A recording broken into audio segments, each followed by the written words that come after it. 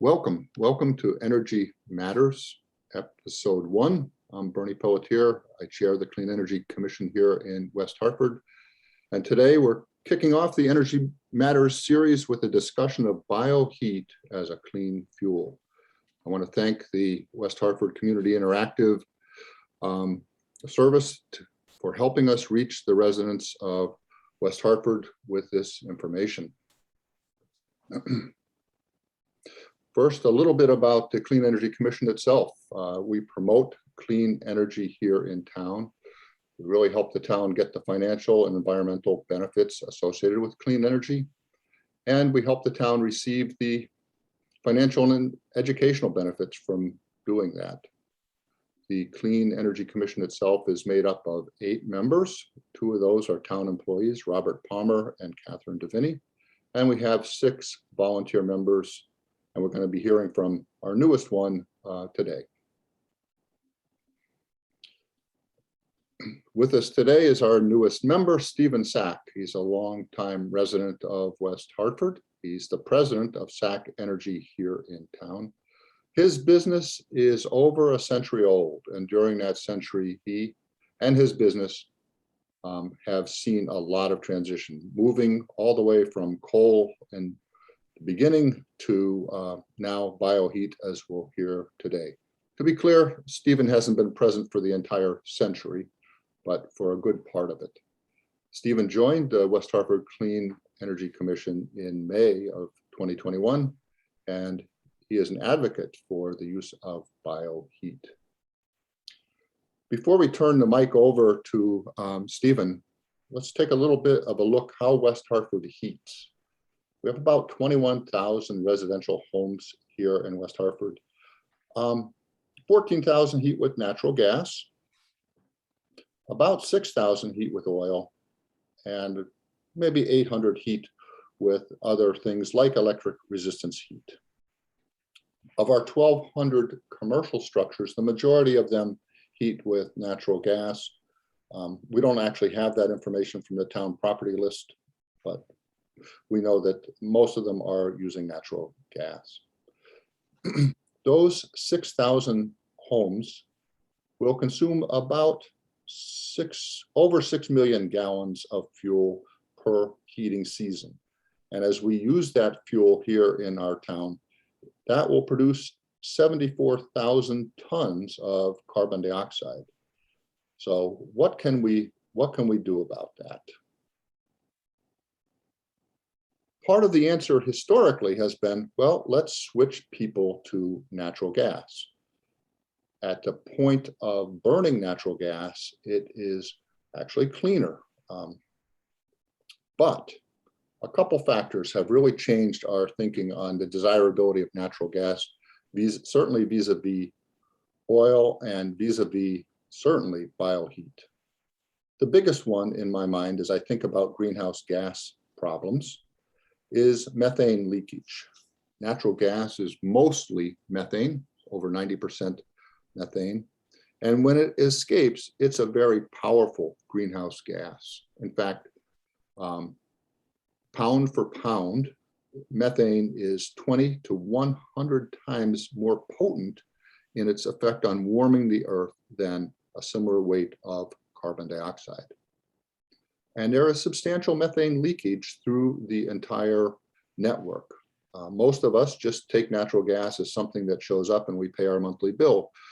But if you look at how it's produced, it's drilled, whether in Pennsylvania or Oklahoma or North Dakota or elsewhere.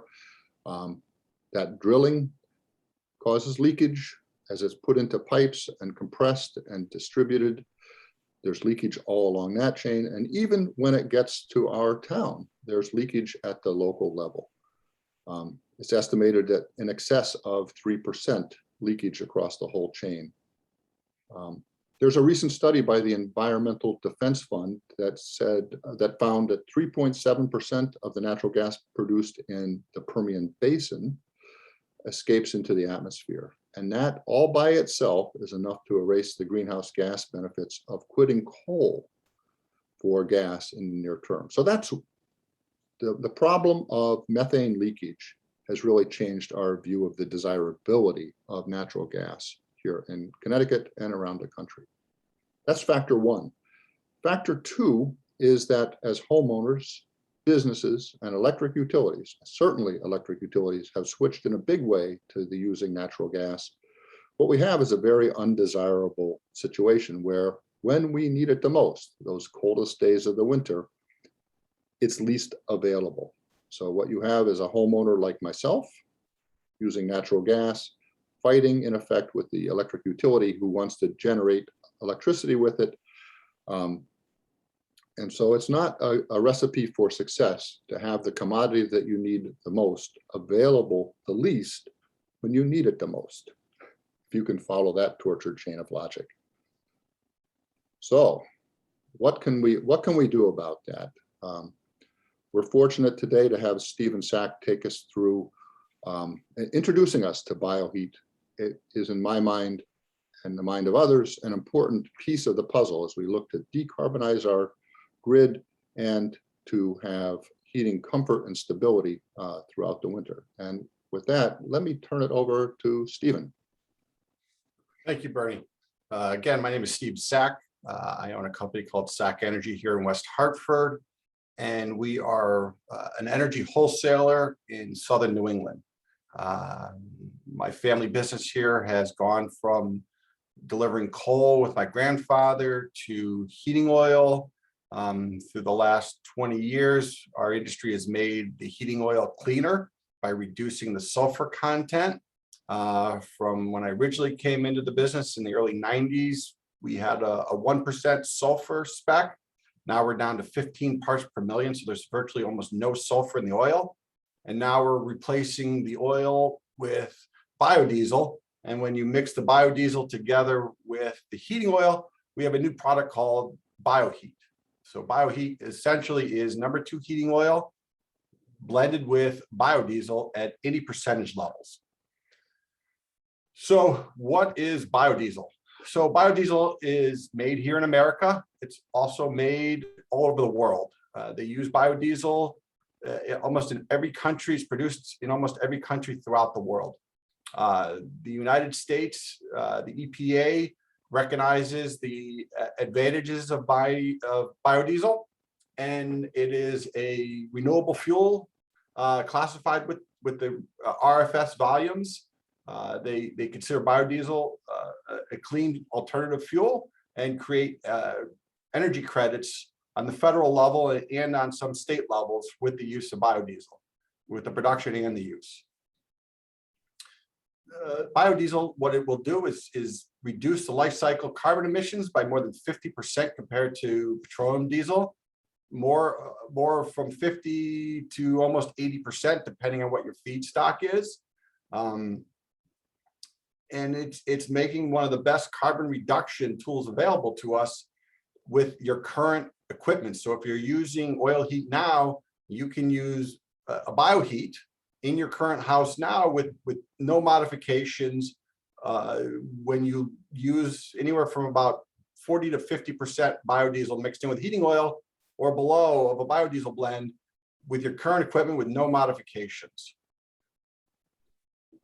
And when it is produced, it actually creates more energy than it takes to make it.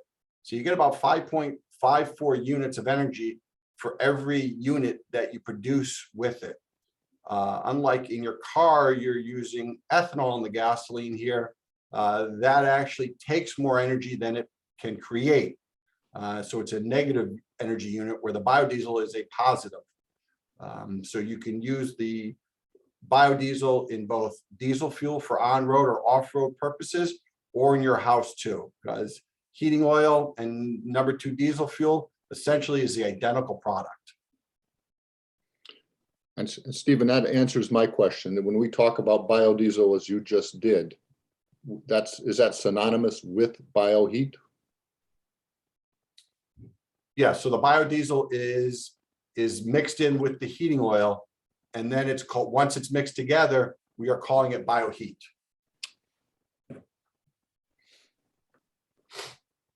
So what do you make biodiesel from? So you can make it from natural resources, okay? You can grow soybeans, peanuts, corn oil. You grow the plants. For the soybeans, when they use the soybean meal to make foods for humans and animals, they have to get the oils out of the soybeans. So our industry is able to take those oils and make biodiesel from it. You can also use the used cooking oil, UCO, used cooking oil, the back of McDonald's to make your French fries with, or your chicken nuggets. We use that too a lot to make biodiesel from. Animal fat from the slaughterhouses. They're working on some other stuff in some kelp, potentially taking kelp oils that you would grow the kelp in Long Island Sound, and it will eat up the pollutants the kelp does, and we can get biodiesel out of it. It's not here yet, but they're working on it. And when you talk about life cycle analysis, you have different levels of reduction in life cycle analysis depending on whether you're using a virgin soybean oil or a used cooking oil that's already been used for another product. Years ago, the used cooking oils and the animal fats would wind up in the landfills, and that no longer happens anymore. We're able to reuse that product, those old waste products, to create biodiesel out of it. Great. And I take it from this slide that we can't just take our bottle of olive oil or canola oil and put it in our heating tank, right? It's not raw vegetable oil. It's not raw, no. There are some industrial boilers that can run on the raw stuff, but we need to take the oils out of it, the glycerins, and a couple other things, and clean it up to be able to use it as a biodiesel, specified biodiesel that has specifications with it with the ASTM. Great. Now, what will it do for us? So when we blend in the biodiesel and the heating oil or into diesel fuel for on-road purposes, it reduces your emissions. So if you sell, a lot of my customers sell what's called a B20 Bioheat. It's 20% biodiesel, 80% heating oil today. So that 20% that you're going to replace the heating oil with a biodiesel that's made from used cooking oil, you're going to be able to reduce that 20% of that heating oil, 80% emissions reductions on it, and life cycle emissions with it.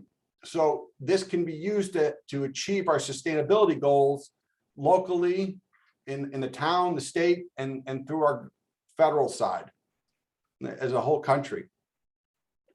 This biodiesel is looked at very similar to using solar or windmills to create energy.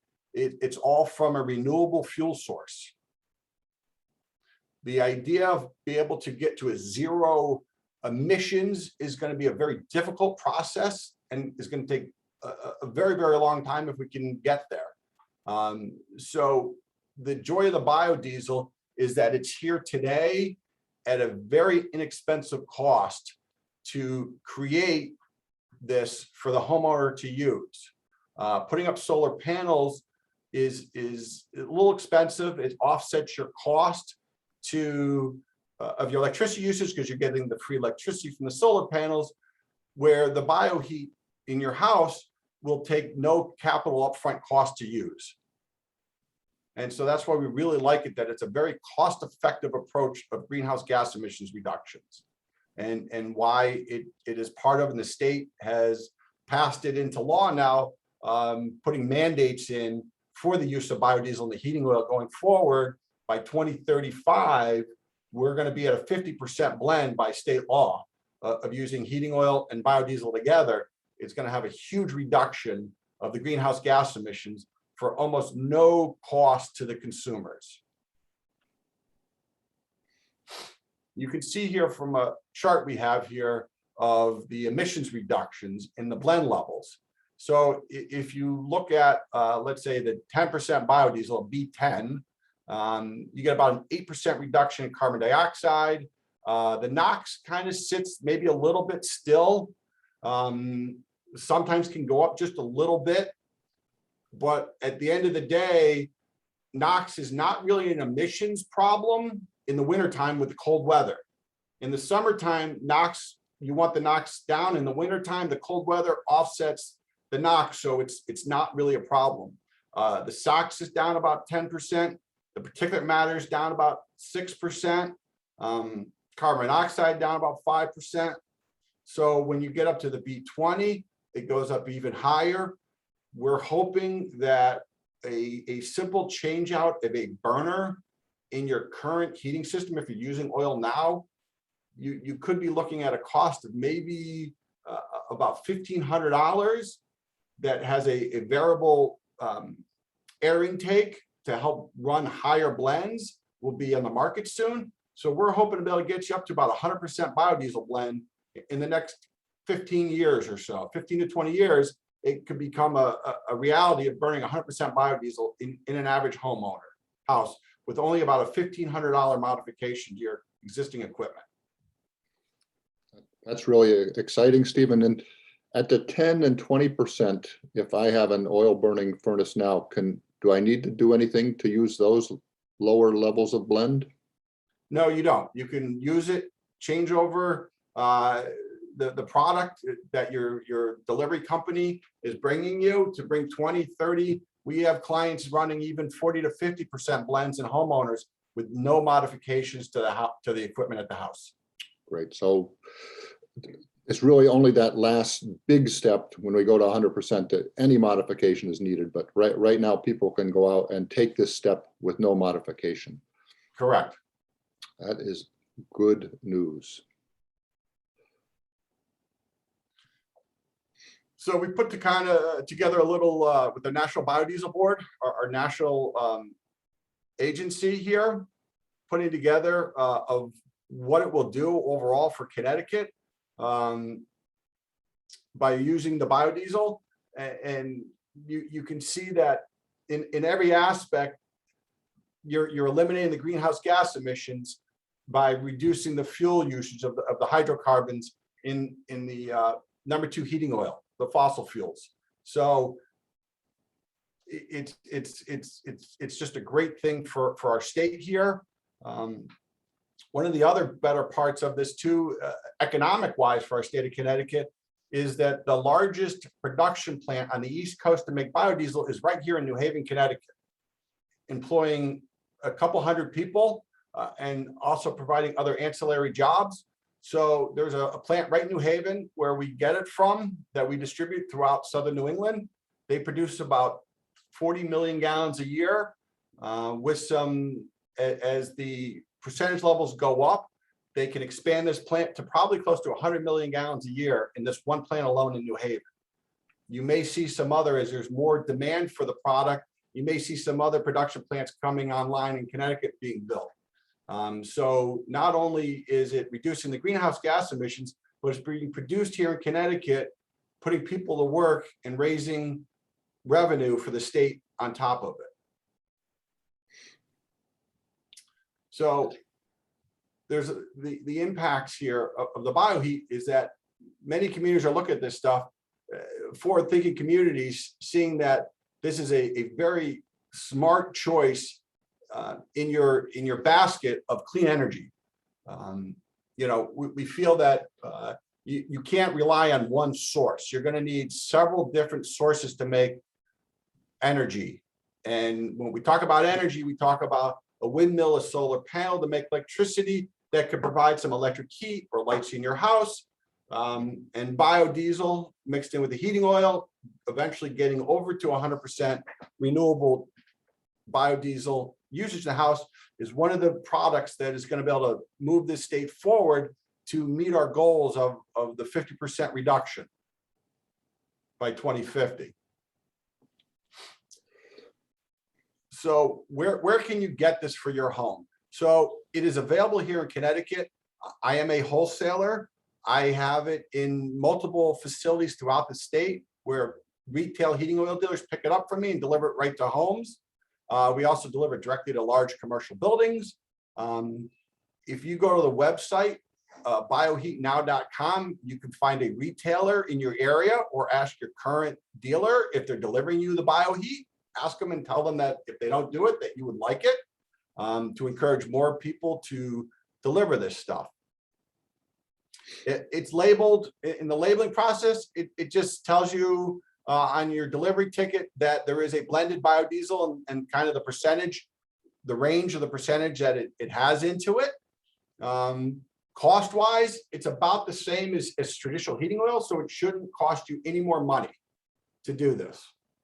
And yes, it does work with your existing equipment. There's no changes under a 40 to 50% blend. You shouldn't have to do any changes. When you get above those blends, the whole big changes is just the air intake in the burner nozzles. So your normal boiler technician can make those adjustments, but under a 40 to 50% blend, you shouldn't have to do any modifications. Now you're looking here at a chart of some mandates through Connecticut, New York, and Rhode Island. I think Mass will be coming on soon, but in 2022 there's a 5%. B5 is a 5% biodiesel mandate in 22. By 25 we're at a 10%. By 2030 at a 15%. I can tell you right now through my facility here in West Hartford, we're probably selling on average probably about a B10 to B15% blend here in Connecticut. Right here in West Hartford and some of my other facilities in Connecticut.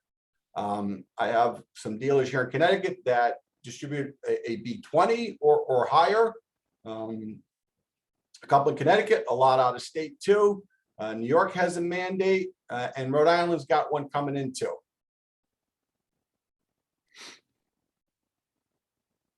Stephen, I think you're describing, as the slide says, the evolution of oil heat, and its main attraction is that it is here now. It's something that we can, with a simple phone call, if we're not already doing it, we can pick up the phone and make a difference in our greenhouse gas output just by that phone call.